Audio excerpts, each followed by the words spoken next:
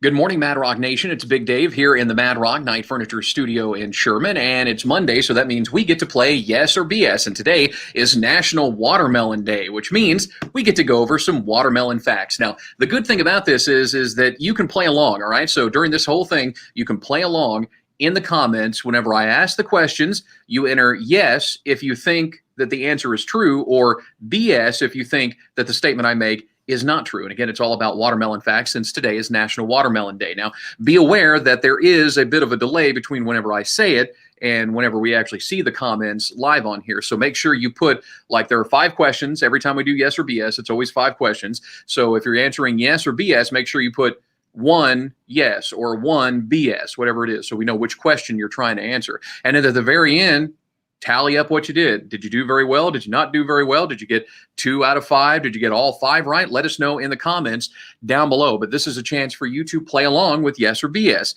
right there in the comments. So make sure that you do that at some point while we're doing this. All right, so let's get started, shall we? Yes or BS for National Watermelon Day, all about watermelon facts. Here we go. Number 1, technically, watermelons are a fruit and a vegetable. What do you think, Mad Rock Nation? Is that yes or is that BS? I'll give you a second to answer.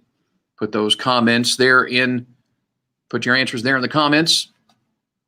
Give you a little second. All right, here we go. Next one. Here it is, the answer for that. Yes, they're actually a fruit because they grow on a vine. They're also a vegetable because they're a type of gourd related to squash and cucumbers. How'd you do on that one, Mad Rock Nation? All right, let's move on to number 2, National Watermelon Day. Watermelon facts, yes or BS? Number 2, grocery stores have sold seedless watermelons since the 1920s. What do you think? Yes or BS? Since the 1920s, grocery stores have sold seedless watermelons. Put your answer down in the comments. The answer to this one, number 2, is BS. That's not true. The first seedless watermelon was created in Japan in 1939, but it took a really long time to perfect that process. They didn't hit grocery stores here in the United States until the 1990s. That's a long time to wait for seedless ones. All right, here we go. Number 3, National Watermelon Day, watermelon facts. The U.S. grows more watermelons than any other country. What do you think, Mad Rock Nation? Is that yes or is that BS? Put your answer in the comments. You'll find out in just a second if it's true or not. And the answer to that one, BS. Yeah, Georgia, Florida, Texas, and California grow a lot of them, but the United States is only 7th on the list. China grows about 2/3 of the world's watermelons, followed by Turkey, Iran, Brazil, and Uzbekistan, which I'm not even sure if I actually said that right or not. One of those weird ones, right? All right, so next one on the list here. Going to go for number 4 again. Enter your comments, your answers in the comments below. See how you do. Number 4, watermelons are 92% water. What do you think, Mad Rock Nation? Is that yes or is that BS? Watermelon facts for National Watermelon Day. Watermelons are 92% water. Yes or BS? The answer? Yes. Strawberries are also 92% water. That's a lot of water. If you don't drink water, just eat a watermelon, I guess. All right, here we go. Number 5, the final one are yes or BS. Special edition for National Watermelon Day. It's all watermelon facts. The thickness of the stripes on a watermelon can tell you if it's ripe or not.